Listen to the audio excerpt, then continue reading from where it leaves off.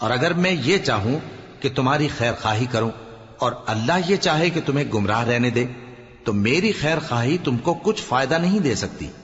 وہی تمہارا پروردگار ہے اور تمہیں اسی کی طرف لوٹ کر جانا ہے۔ کیا یہ لوگ کہتے ہیں کہ اس پیغمبر نے قرآن اپنے دل سے بنا لیا ہے؟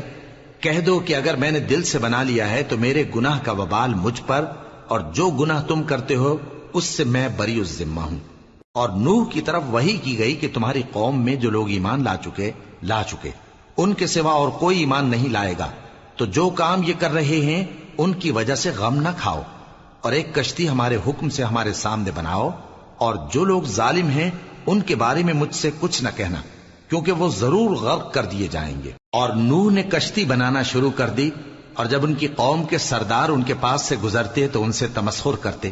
وہ کہتے کہ اگر تم ہم سے تمسخر کرتے ہو تو جس طرح تم ہم سے تمسخر کرتے ہو اسی طرح ایک وقت ہم بھی تم سے تمسخر کریں گے، اور تم کو جلد معلوم ہو جائے گا کہ کس پر عذاب آتا ہے جو اسے رسوا کرے گا، اور کس پر ہمیشہ کا عذاب نازل ہوتا ہے۔ یہاں تک کہ جب ہمارا حکم آ پہنچا اور تنور جوش مارنے لگا تو ہم نے نوح کو حکم دیا کہ ہر قسم کے پالتو جانوروں میں سے